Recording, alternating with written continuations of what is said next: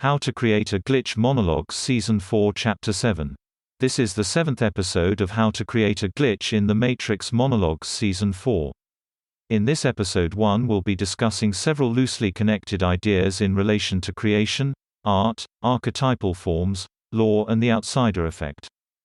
As explained in a preceding episode, creation of narrative or archetypes has the effect of producing content for the assimilation of the group. Thus, the creation of narrative or archetypes produces a vacuum which promotes the assumption of that archetype by members of the group. Now, there are three different forms of interface between our consciousness and the consciousness which is the group. The first is based upon law or rule creation. In this, behavior becomes predictable in such a fashion that it becomes comprehensible to us, representing some order or conventionality and thereby providing a substrate for our experience.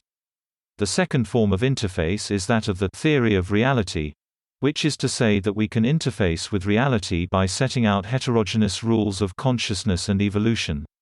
This allows us to impose a form of universality to our experience and gives us a common substrate to work with. Third, we can produce an interface using our reactive emotionality. This is the baseline manner by which others can intersect with us, and provides them content for the development of a theory of reality and rule-based substrate. To the extent we wish to remain conscious, and to give our experience some comprehensible structure, we must rely upon of these three to interface with other consciousnesses. There is an impulse to include others in our theory of reality, due to the existence of a poverty of identity or freedom, or a vacuum of archetypal forms. Thus, freedom is a byproduct of creation of content.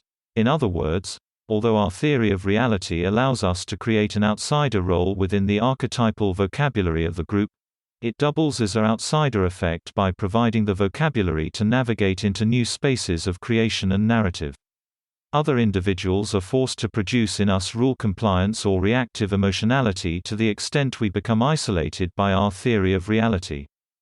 In effect, paradigmatic change occurs by production of new content through a theory of reality, which doubles as the language of the expression of freedom within the group.